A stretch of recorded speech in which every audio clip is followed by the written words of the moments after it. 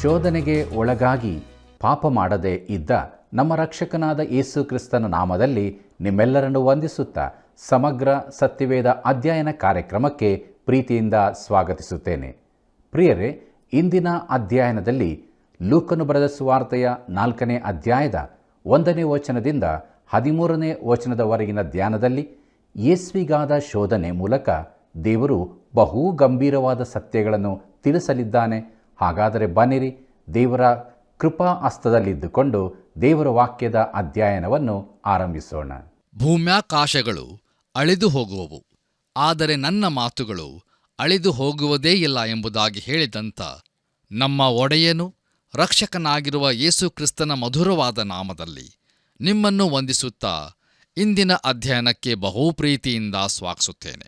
ಬನ್ನಿರಿ, ಇಂದು ನಾವು ಲೂಕನು ಬರೆದ ಸುವಾರ್ತೆ 4ನೇ ಅಧ್ಯಾಯ 1ರಿಂದ 13 ವಚನಗಳನ್ನು ಧ್ಯಾನ ಮಾಡಿಕೊಳ್ಳೋಣ.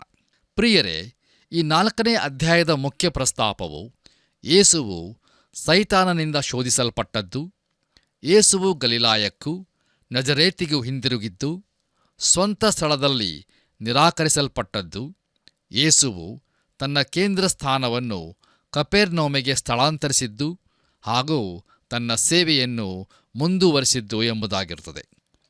ಪ್ರಿಯರೇ, ದಯಮಾಡಿ ಗಮನಿಸಿರಿ, ಒಬ್ಬ ಮನುಷ್ಯನು ಯಾವ ರೀತಿಯಲ್ಲಿ ಸೈತಾನನಿಂದ ಶೋಧಿಸಲ್ಪಡುತ್ತಾನೋ ಹಾಗೆಯೇ ಯೇಸು ಕ್ರಿಸ್ತನೂ ಸಹ ಶೋಧಿಸಲ್ಪಟ್ಟನು. ಆತನಿಗೆ ಬಂದ ಶೋಧನೆಗಳು ನಮ್ಮೆಲ್ಲರಿಗೂ ಬರುವ ಮಾನವ ಶೋಧನೆಗಳೇ ಆಗಿದ್ದವು. ಅವು ಮಾನವ ಕುಲದ ಶೋಧನೆಗಳ ಇಡೀ ವಕ್ರೀಭವನವನ್ನು ಒಳಗೊಳ್ಳುತ್ತವೆ ಮತ್ತು ಅವು 3 ವಿಧಗಳಾಗಿವೆ. ಮೊದಲನೆಯದಾಗಿ, ಸೈತಾನನು ಯೇಸು ಕ್ರಿಸ್ತನಿಗೆ ತನ್ನ ದೇಹದ ಅವಶ್ಯಕತೆಗಳನ್ನು ತೃಪ್ತಿಪಡಿಸಿಕೊಳ್ಳುವಂತೆ ಕಲ್ಲುಗಳನ್ನು ರೊಟ್ಟಿಯನ್ನಾಗಿ ಮಾಡುವಂತೆ ಹೇಳುತ್ತಿರುವನು. ನೋಡಿರಿ, ರೊಟ್ಟಿಯಿಂದ ಯಾವ ತಪ್ಪು ಇರುವುದಿಲ್ಲ, ಅದು ಜೀವಿತದ ಆಧಾರವಾಗಿದೆ. ದೇಹಕ್ಕೆ ರೊಟ್ಟಿಯ ಅವಶ್ಯಕತೆ ಇರುತ್ತದೆ ಮತ್ತು ಈಗ ಯೇಸು ಕ್ರಿಸ್ತನು ಹಸಿದಿದ್ದನು. ಆದರೆ ಯಾವುದು ತಪ್ಪಾಗಿರುವುದು? ತನಗಿರುವ ಮಹಾಶಕ್ತಿಯನ್ನು ತನ್ನನ್ನೇ ಉಪಚರಿಸಿಕೊಳ್ಳುವುದಕ್ಕೆ ಉಪಯೋಗಿಸುವುದು ಸ್ವಾರ್ಥವಾಗಿರುವುದು. ಆತನು ಈಗ ಮನುಷ್ಯನು ರೊಟ್ಟಿ ತಿಂದ ಮಾತ್ರದಿಂದ ಬದುಕುವುದಿಲ್ಲ ಎಂಬ ಮಹಾತತ್ವದ ಸತ್ಯವನ್ನು ನಿರೂಪಿಸಬೇಕಾಗಿದೆ. ಇದು ದೇಹದ ಲಹರಿಗಳನ್ನು ಮಾತ್ರ ತೃಪ್ತಿಪಡಿಸಿಕೊಳ್ಳಬೇಕೆನ್ನುವ ದಟ್ಟವಾದ ಭೌತಿಕ ಯುಗದ ವಿಚಾರಕ್ಕೆ ತದ್ವಿರುದ್ಧವಾಗಿದೆ. ಆಧುನಿಕ ಮಾನವನು ಇಂದಿನ ನಮ್ಮ ಲೌಕಿಕ ಸಮಾಜದಲ್ಲಿ ತಿಂದು ಕುಡಿದು ನಲಿದಾಡು, ಯಾಕೆಂದರೆ ನಾಳೆ ನಾವೆಲ್ಲ ಸಾಯಲಿದ್ದೇವೆ ಎಂಬುದಾಗಿ ಹೇಳುತ್ತಾನೆ. ನೋಡಿರಿ, ಸ್ವಾರ್ಥ ನಿಷ್ಠೆಯು ಧರ್ಮರಹಿತ ಲೌಕಿಕ ಸಮಾಜದ ಶಾಪವಾಗಿರುತ್ತದೆ. ನಮ್ಮ ಕರ್ತನು ಈ ಶೋಧನೆಯನ್ನು ಸಂಧಿಸುವುದರ ಮೂಲಕ ಲೋಕದ ಹೆಸರುವಾಸಿಯಾದ ತತ್ವಜ್ಞಾನವನ್ನು ತಪ್ಪೆಂದು ಸಿದ್ಧ ಮಾಡಿ ತೋರಿಸಿದನು. ಆತನ ಮಹಿಮೆಯುಳ್ಳ ನಾಮಕ್ಕೆ ಸ್ತೋತ್ರವಾಗಲಿ. ಎರಡನೆಯದಾಗಿ, ಸೈತಾನನು ಯೇಸು ಕ್ರಿಸ್ತನಿಗೆ ಜಗತ್ತಿನ ರಾಷ್ಟ್ರಗಳನ್ನು ಒಪ್ಪಿಸುವುದಾಗಿ ಹೇಳಿದನು. ರಾಷ್ಟ್ರಗಳು ತಮ್ಮ ಅಧಿಕಾರವನ್ನು ಅಸಭ್ಯ ಬಲದಿಂದ ಮತ್ತು ರಾಜಕೀಯ ಒಳಸಂಚು ಹೂಡುವಿಕೆಯಿಂದ ಪಡೆದುಕೊಳ್ಳುತ್ತವೆ. ಯುದ್ಧವೇ ಜೀವನ ಕ್ರಮವಾಗಿದೆ ಮತ್ತು ಅಸೂಯೆ ಹಾಗೂ ಭಯ ಎಂಬಿವುಗಳು ಜನಸಮೂಹವನ್ನು ಪ್ರೇರಿಸುವ ಚಡಿ ಏಟುಗಳಾಗಿವೆ. ನೋಡಿರಿ, ಇವೆಲ್ಲವೂ ಸೈತಾನನ ಕುತಂತ್ರಗಳಾಗಿವೆ ಮತ್ತು ಈ ನಿಯಮಗಳ ಮೇಲೆ ಅವನು ಲೋಕದ ರಾಜ್ಯಗಳನ್ನು ಒಪ್ಪಿಸಲು ಬಯಸುತ್ತಾನೆ. ಆದರೆ ಯೋಹಾನನು ಬರೆದ ಸುವಾರ್ತೆ 3ನೇ ಅಧ್ಯಾಯ 3ನೇ ವಚನದಲ್ಲಿ ಅದಕ್ಕೆ ಯೇಸು, ನಾನು ನಿನಗೆ ನಿಜ ನಿಜವಾಗಿ ಹೇಳುತ್ತೇನೆ, ಒಬ್ಬನು ಹೊಸದಾಗಿ ಹುಟ್ಟದಿದ್ದರೆ ಅವನು ದೇವರ ರಾಜ್ಯವನ್ನು ಕಾಣಲಾರನು ಅಂದನು ಎಂಬುದನ್ನು ನೋಡುವ ಪ್ರಕಾರ, ಮನುಷ್ಯನು ದೇವರ ರಾಜ್ಯವನ್ನು ಪ್ರವೇಶಿಸಬೇಕಾದರೆ ಅವನು ಮಾರ್ಪಡಬೇಕಾಗಿರುತ್ತದೆ. ಮತ್ತಾಯನು ಬರೆದ ಸುವಾರ್ತೆ 4ನೇ ಅಧ್ಯಾಯ 10ನೇ ವಚನದಲ್ಲಿ ಯೇಸು ಕ್ರಿಸ್ತನು, ನಿನ್ನ ದೇವರಾಗಿರುವ ಕರ್ತನಿಗೆ ಅಡ್ಡಬಿದ್ದು ಆತನೊಬ್ಬನನ್ನೇ ಆರಾಧಿಸಬೇಕು ಎಂಬುದಾಗಿ ಹೇಳಿರುವುದರಲ್ಲಿ ಅಂತಿಮ ಸ್ಥಿತಿ ಇರುವುದನ್ನು ನಾವು ನೋಡುತ್ತೇವೆ. ಇನ್ನು 3ನೇದಾಗಿ, ಸೈತಾನನು ಯೇಸು ಕ್ರಿಸ್ತನನ್ನು ಯೆರೂಸಲೇಮಿನ ದೇವಾಲಯದ ಶಿಖರದಿಂದ ಧುಮುಕುವಂತೆ ಶೋಧಿಸಿದನು.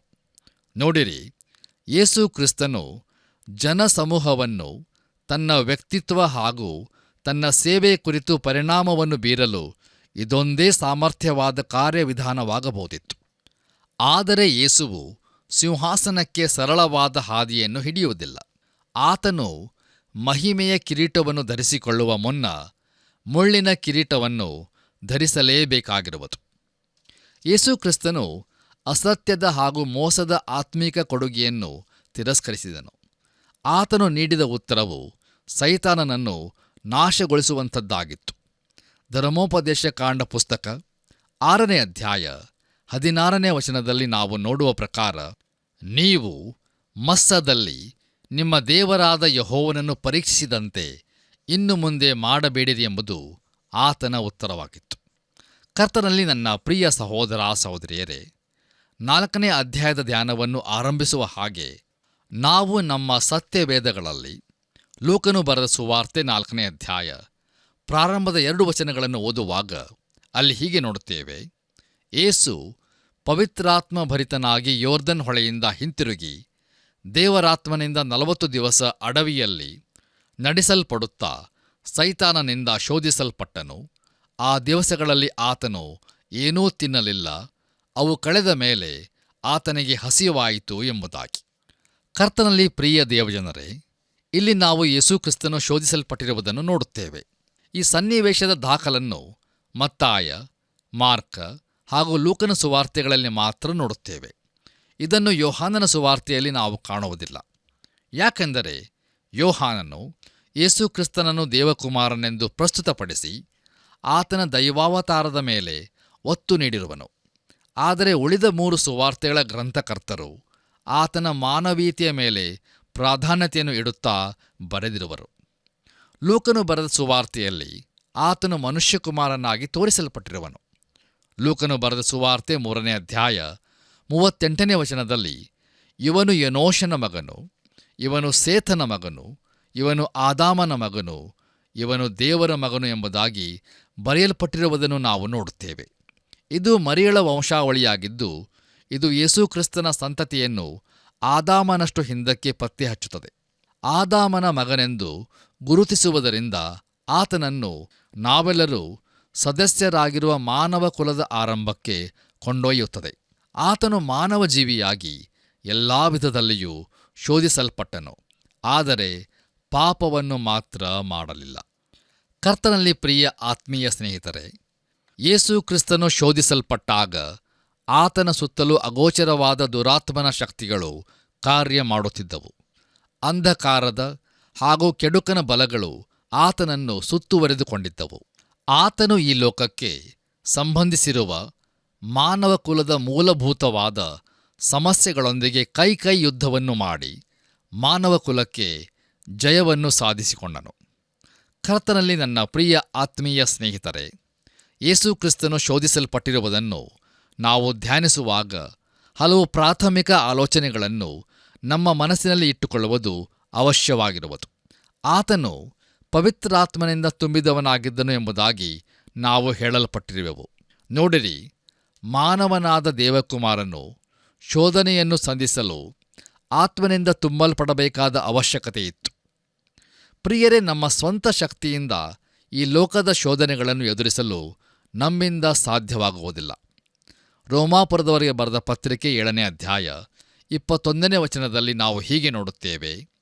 ಹೀಗಿರಲಾಗಿ ಒಳ್ಳೆಯದನ್ನು ಮಾಡಬೇಕೆಂದಿರುವ ನನಗೆ ಕೆಟ್ಟದ್ದೇ ಸಿದ್ಧವಾಗಿದೆ ಎಂಬ ನಿಯಮ ನನಗೆ ಕಾಣಬರುತ್ತದೆ ಎಂಬುದಾಗಿ ಅಪೊಸ್ತಲನಾದ ಪೌಲನು ಹೇಳುತ್ತಾನೆ.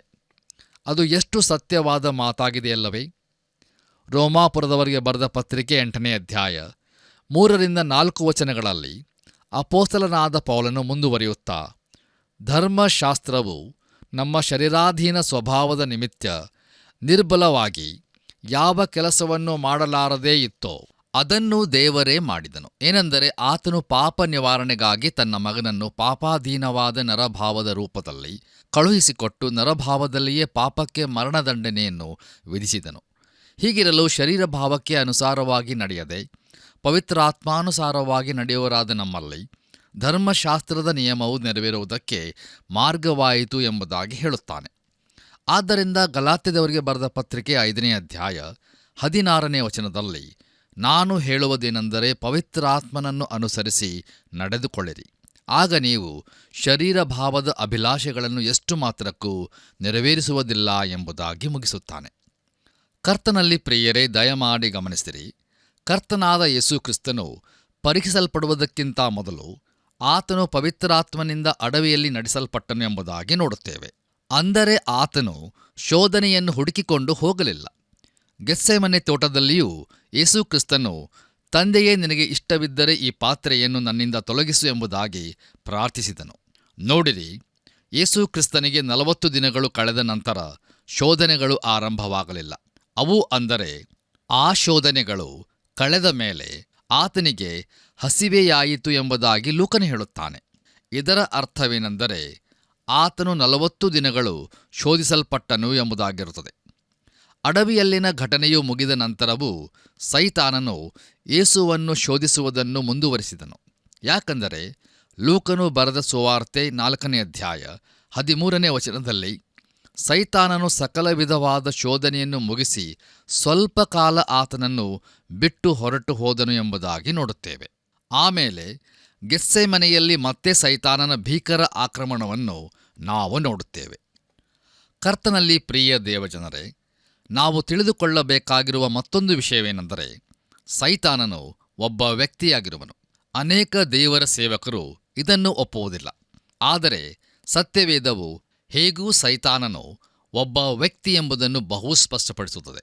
ಅವನು ಯೇಸುಕ್ರಿಸ್ತನನ್ನು ಶೋಧಿಸಲು ಬಂದಾಗ ಶರೀರಧಾರಿಯಾಗಿ ಬಂದನೋ, ಶರೀರವಿಲ್ಲದವನಾಗಿ ಬಂದನೋ, ಅಥವಾ ಪ್ರಕಾಶ ರೂಪವುಳ್ಳ ದೇವದೂತನಾಗಿ ಬಂದನೋ? ನೋಡಿರಿ, ನಮ್ಮ ಕರ್ತನಾದ ಯೇಸುಕ್ರಿಸ್ತನು ಸೈತಾನನನ್ನು ಮುಖಾಮುಖಿಯಾಗಿ ಸಂಧಿಸಿದನು ಎಂಬುದಾಗಿ ಸತ್ಯವೇದವು ನಮಗೆ ತಿಳಿಸುತ್ತದೆ. ಪ್ರಿಯರೇ, ದಯಮಾಡಿ ಗಮನವಿಟ್ಟು ಆಲಿಸಿರಿ. ಸೈತಾನನು ಮಾರ್ಮಿಕ ವ್ಯಕ್ತಿಯಾಗಿದ್ದಾನೆ. ಯಾಕಂದರೆ ಒಂದು ಸಾರಿ ಅವನು ಘರ್ಜಿಸುವ ಸಿಂಹದೋಪಾದಿಯಲ್ಲಿದ್ದರೆ ಮತ್ತೊಂದು ಸಾರಿ ಅವನು ಪ್ರಕಾಶರೂಪವುಳ್ಳ ದೇವದೂತನಾಗಿರುತ್ತಾನೆ. ದಯಮಾಡಿ ಪೇತ್ರನು ಬರೆದ ಮೊದಲನೇ ಪತ್ರಿಕೆ 5ನೇ ಅಧ್ಯಾಯ 8ನೇ ವಚನವನ್ನು ಹಾಗೂ ಕೊರಿಂಥದವರಿಗೆ ಬರೆದ 2ನೇ ಪತ್ರಿಕೆ 11ನೇ ಅಧ್ಯಾಯ 14ನೇ ವಚನವನ್ನು ಗಮನಿಸಿರಿ. ಕರ್ತನಲ್ಲಿ ಪ್ರಿಯ ಆತ್ಮೀಯ ಬಂಧುಗಳೇ, ಈಗ ಕರ್ತನನ್ನು ಶೋಧನೆಗೆ ಒಳಪಡಿಸುವುದು ಎಂಬುದರ ಅರ್ಥವೇನಾಗಿದೆ? ಶೋಧಿಸು ಎಂಬುದಕ್ಕೆ 2 ರೀತಿಯ ಅರ್ಥವಿರುತ್ತದೆ. ಮೊದಲನೆಯದಾಗಿ, ಶೋಧಿಸುವುದು ಎಂಬುದನ್ನು ನೋಡುವಾಗ ಕೆಟ್ಟದ್ದಕ್ಕೆ ಆಕರ್ಷಿಸುವುದು ಅಥವಾ ಕೆಟ್ಟದ್ದನ್ನು ಮಾಡುವಂತೆ ಪ್ರಚೋದಿಸುವುದು ಮತ್ತು ತಪ್ಪು ದಾರಿಗೆ ಎಳೆಯುವಂಥದ್ದು ಎಂಬುದಾಗಿದೆ.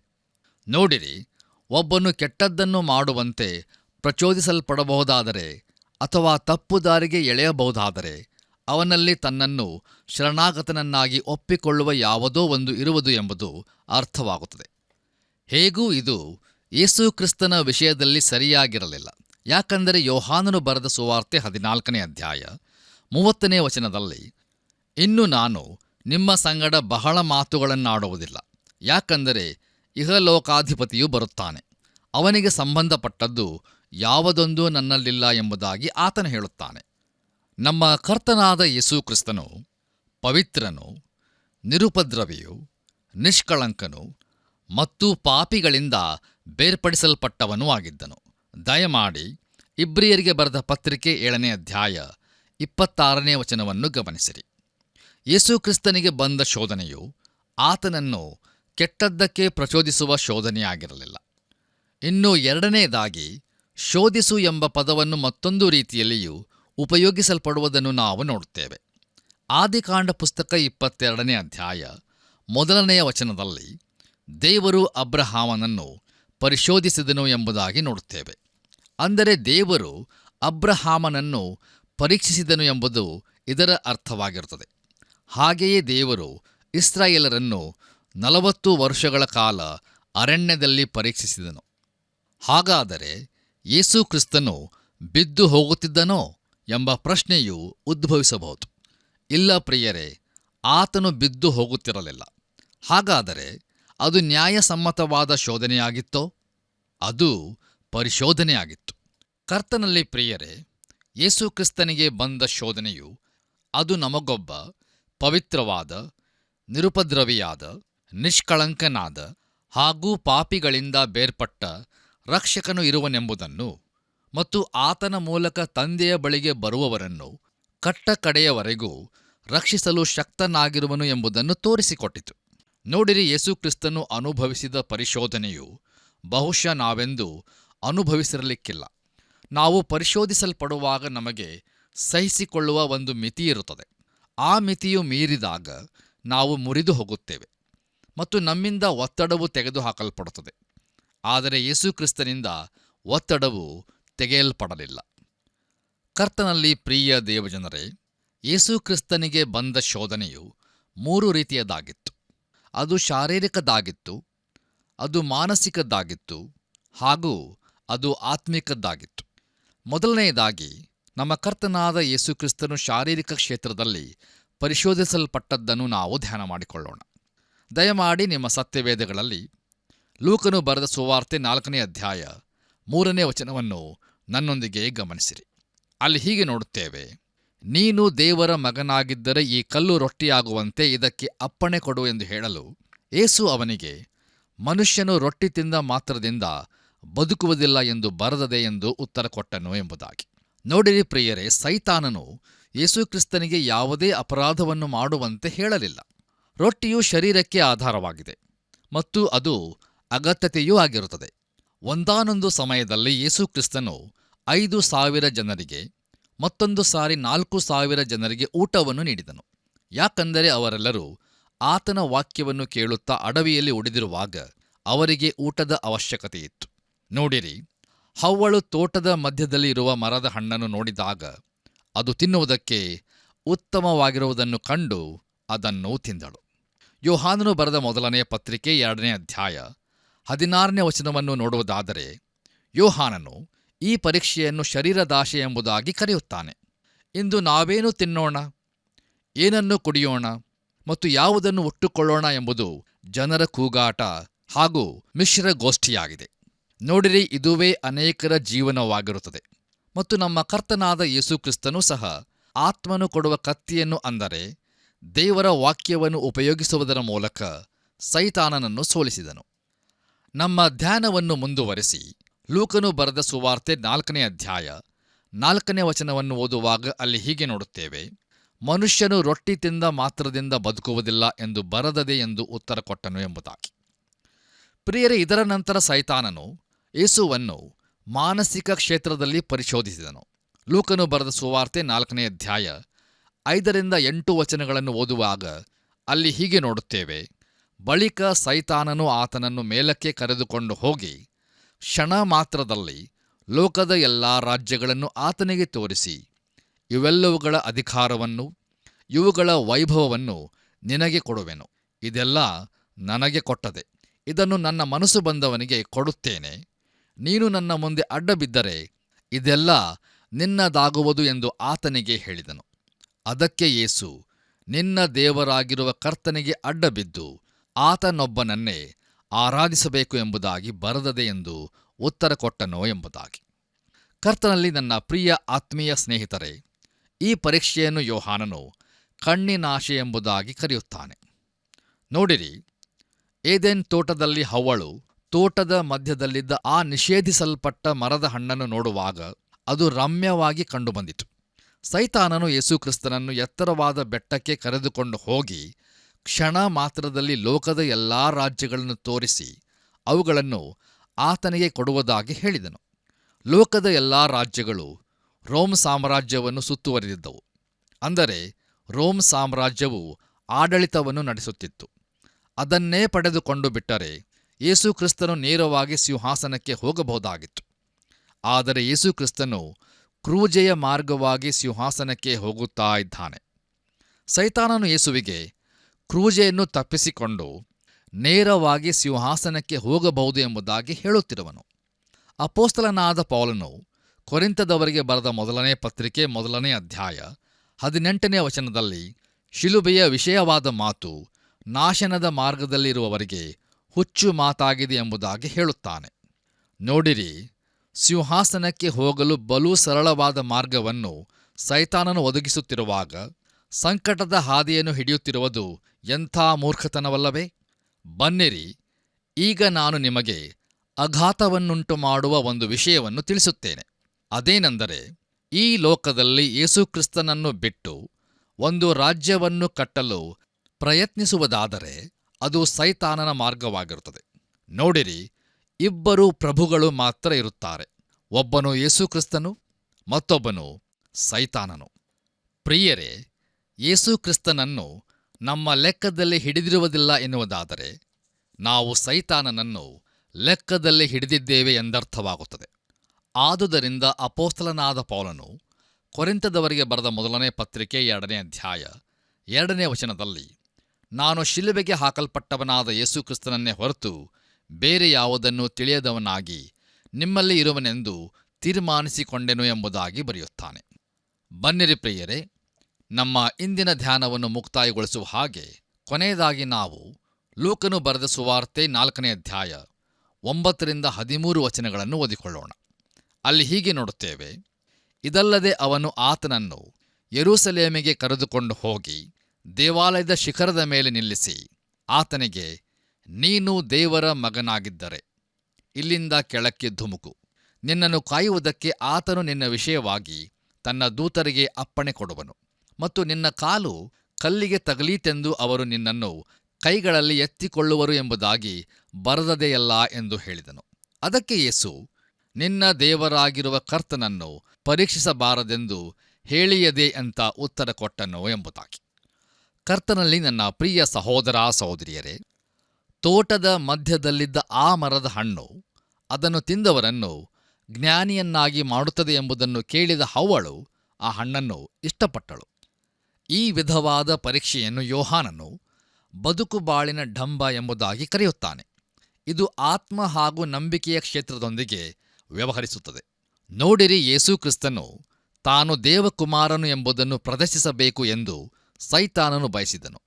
ಜನರಿಗೆ ಅದನ್ನು ತೋರಿಸು, ಅದನ್ನು ಸಾಬೀತುಪಡಿಸು, ಮತ್ತು ಆಗ ಅವರು ನಿನ್ನನ್ನು ಒಪ್ಪಿಕೊಂಡು ಸ್ವೀಕರಿಸಿಕೊಳ್ಳುವರು ಎಂಬುದು ಸೈತಾನನ ಉದ್ದೇಶವಾಗಿತ್ತು. ಪ್ರಿಯರೇ, ಅದು ನಂಬಿಕೆಯಾಗಿರಲಿಲ್ಲ, ಅದು ದುರಹಂಕಾರವಾಗಿತ್ತು, ಅದು ದೇವರನ್ನು ಎದುರಿಸುವುದಾಗಿತ್ತು. ನೋಡಿರಿ, ನಂಬಿಕೆಯಾದರೋ ದೇವರಿಗಾಗಿ ತಾಳ್ಮೆಯಿಂದ ಕಾದುಕೊಂಡಿದ್ದು ಆತನ ಚಿತ್ತವನ್ನು ಮಾಡುವಂಥದ್ದಾಗಿದೆ. ಸೈತಾನನು ಕೀರ್ತನೆಗಳ ಪುಸ್ತಕ 91ನೇ ಅಧ್ಯಾಯ 11 ಹಾಗೂ 12ನೇ ವಚನದಲ್ಲಿರುವ ವಾಕ್ಯ ಭಾಗವನ್ನು ಉಲ್ಲೇಖಿಸಿದಾಗ ಅವನು ಅನೇಕ ವರ್ಷಗಳ ಹಿಂದೆ ಹವ್ವಳಿಗೆ ದೇವರ ಮಾತನ್ನು ಹೇಗೆ ತಪ್ಪಾಗಿ ಉಲ್ಲೇಖಿಸಿದ್ದನೋ ಹಾಗೆಯೇ ಈಗ ಅವನು ಯೇಸುಕ್ರಿಸ್ತನಿಗೆ ತಪ್ಪಾಗಿ ಉಲ್ಲೇಖಿಸುತ್ತಿರುವನು. ಇದು ಬಹು ಆಸಕ್ತಿಕರವಾಗಿದೆಯಲ್ಲವೇ? ಕರ್ತನಲ್ಲಿ ನನ್ನ ಪ್ರಿಯ ದೇವಜನರೇ, ಯೇಸುಕ್ರಿಸ್ತನು ಯಾಕೆ ಶೋಧಿಸಲ್ಪಟ್ಟನು? ನೋಡಿರಿ, ನಾನು ಮತ್ತು ನೀವು ಒಬ್ಬ ಪಾಪರಹಿತ ರಕ್ಷಕನನ್ನು ಹೊಂದಿರುವೆವು ಎಂಬುದನ್ನು ಪ್ರದರ್ಶಿಸುವುದಕ್ಕಾಗಿ ಆತನು ಶೋಧಿಸಲ್ಪಟ್ಟನು, ಮತ್ತು ನಮ್ಮನ್ನು ರಕ್ಷಿಸಲು ಆತನು ಶಕ್ತನಾಗಿರುವನು. ಆತನು ತನಗೆ ಎಲ್ಲಾ ಅಧಿಕಾರವೂ ಕೊಡಲ್ಪಟ್ಟಿರುವುದು ಎಂಬುದನ್ನು ಸಿದ್ಧಾಂತಪಡಿಸಿದನು. ಕರ್ತನಲ್ಲಿ ನನ್ನ ಪ್ರಿಯ ಆತ್ಮೀಯ ಸ್ನೇಹಿತರೆ, ಇಂದು ನಮ್ಮನ್ನು ತಿಳಿದುಕೊಳ್ಳಲು ಹಾಗೂ ನಮ್ಮ ಕುರಿತು ಕನಿಕರ ಪಡಲು ಒಬ್ಬ ಮನುಷ್ಯನು ಮಹಿಮೆಯಲ್ಲಿ ಇದ್ದಾನೆ. ಇಂಥ ರಕ್ಷಕನನ್ನು ಹೊಂದಿರುವುದು ಅದ್ಭುತಕರವಾಗಿದೆಯಲ್ಲವೇ? ದೇವರ ನಾಮಕ್ಕೆ ಸ್ತೋತ್ರವಾಗಲಿ. ಯೋಹಾನನು ಬರೆದ ಮೊದಲನೆಯ ಪತ್ರಿಕೆ 2ನೇ ಅಧ್ಯಾಯ ಪ್ರಾರಂಭದ 2 ವಚನಗಳಲ್ಲಿ ಯೋಹಾನನು ಹೀಗೆ ಬರೆಯುತ್ತಾನೆ, ನನ್ನ ಪ್ರಿಯರಾದ ಮಕ್ಕಳೇ, ನೀವು ಪಾಪ ಮಾಡದಂತೆ ಈ ಮಾತುಗಳನ್ನು ನಿಮಗೆ ಬರೆಯುತ್ತೇನೆ. ಯಾವನಾದರೂ ಪಾಪ ಮಾಡಿದರೆ ತಂದೆಯ ಬಳಿಯಲ್ಲಿ ನೀತಿವಂತನಾದ ಯೇಸುಕ್ರಿಸ್ತನೆಂಬ ಸಹಾಯಕನು ನಮಗಿದ್ದಾನೆ. ಆತನು ನಮ್ಮ ಪಾಪಗಳನ್ನು ನಿವಾರಣೆ ಮಾಡುವ ಯಜ್ಞವಾಗಿದ್ದಾನೆ. ನಮ್ಮ ಪಾಪಗಳನ್ನು ಮಾತ್ರವಲ್ಲದೆ ಸಮಸ್ತ ಲೋಕದ ಪಾಪಗಳನ್ನೂ ಸಹ ನಿವಾರಣೆ ಮಾಡುತ್ತಾನೆ ಎಂಬುದಾಗಿ. ಕರ್ತನಲ್ಲಿ ನನ್ನ ಪ್ರಿಯ ಸಹೋದರ ಸಹೋದರಿಯರೇ, ನಾವು ನಮ್ಮ ಜೀವಿತದ ಪ್ರತಿಯೊಂದು ಪರಿಸ್ಥಿತಿಯಲ್ಲಿಯೂ ನಮ್ಮ ಕರ್ತನಾದ ಯೇಸುಕ್ರಿಸ್ತನ ಮೇಲೆ ಆತುಕೊಳ್ಳುವಾಗ ಆತನು ನಮ್ಮನ್ನು ತನ್ನ ಚಿತ್ತಕ್ಕನುಸಾರವಾಗಿ ತನ್ನ ಬಲಗೈಯನ್ನು ಆಧಾರವಾಗಿಟ್ಟು ನಮ್ಮನ್ನು ಕೈ ಹಿಡಿದು ನಡೆಸುತ್ತಾನೆ. ಹಾಗಾಗುವಂತೆ ತಂದೆಯಾದ ದೇವರು ನಮ್ಮೆಲ್ಲರಿಗೂ ಸಹಾಯ ಮಾಡಿ ನಡೆಸಲಿ.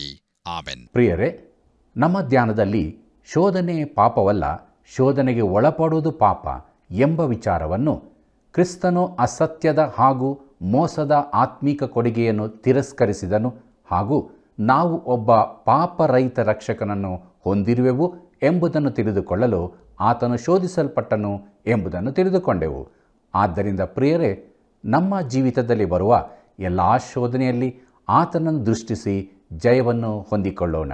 ಬನ್ನಿರಿ, ಪ್ರಾರ್ಥನೆ ಮಾಡೋಣ. ಕೃಪಾಳು ದೇವರೇ, ನಿನ್ನ ಪಾದ ಬಳಿಗೆ ಬಂದಿದ್ದೇವೆ. ಇಹಲೋಕದ ನಮ್ಮ ಜೀವಿತದಲ್ಲಿ ಬರುವಂಥ ಎಲ್ಲ ರೀತಿಯ ಶೋಧನೆಗಳಿಂದ ನಾವು ತಪ್ಪಿಸಿಕೊಂಡು ಜೀವಿಸುವುದಕ್ಕಾಗಿ ನಮಗೆ ಮಾರ್ಗವನ್ನು ಸಿದ್ಧ ಮಾಡಿದ್ದಿ. ಅನುದಿನವೂ ಆ ಮಾರ್ಗದಲ್ಲಿ ಮುಂದೆ ಸಾಗುವುದಕ್ಕೆ ನಿನ್ನ ಆತ್ಮನ ಸಹಾಯವನ್ನು ಅನುಗ್ರಹಿಸಿಕೊಡು. ನಿನ್ನ ವಾಕ್ಯಗಳಿಂದ ತುಂಬಿಸು. ಜಯಭರಿತವಾದ ಜೀವಿತವನ್ನೇ ಜೀವಿಸುವುದಕ್ಕೆ ಸಹಾಯ ಮಾಡು. ಈ ಕೃಪಾ ಗಳಿಗೆಯಲ್ಲಿ ಯಾರ್ಯಾರು ಶೋಧನೆಗೆ ಒಳಗಾಗಿ ಪಾಪಮಯವಾದ ಜೀವಿತದಲ್ಲಿದ್ದಾರೋ ಅವರನ್ನು ಕರುಣಿಸಿ ಪಾಪದಿಂದ ಬಿಡುಗಡೆ ಮಾಡಿ ಸಂತೋಷದ ಬಿಡುಗಡೆಯ ರಕ್ಷಣೆಯ ಜೀವಿತಕ್ಕೆ ನಡೆಸು. ಯೇಸುವಿನ ನಾಮದಲ್ಲಿ ಬೇಡಿದ್ದೇವೆ ತಂದೆಯೇ, ಆಮೆನ್. ಪ್ರಿಯರೇ, ದೈವಾನ್ವೇಷಣೆ ಕಾರ್ಯಕ್ರಮದ ವಿಷಯದಲ್ಲಿ ನೀವು ತೋರಿಸಿದ ಪ್ರೀತಿ ಅಪಾರವಾದದ್ದು. ಅನುದಿನವೂ ಪ್ರಾರ್ಥಿಸಿರಿ, ತಪ್ಪದೆ ಮಿಸ್ ಕಾಲ್ ಮಾಡಿರಿ, ನಿಮ್ಮ ಅಭಿಪ್ರಾಯಗಳನ್ನು ತಿಳಿಸಿರಿ. ಅನೇಕ ಆತ್ಮಗಳ ರಕ್ಷಣೆಗಾಗಿ ನಾವೆಲ್ಲರೂ ಪ್ರಯಾಸ ಪಡೋಣ. ತಿರುಗಿ ಭೇಟಿಯಾಗೋಣ. ವಂದನೆಗಳು.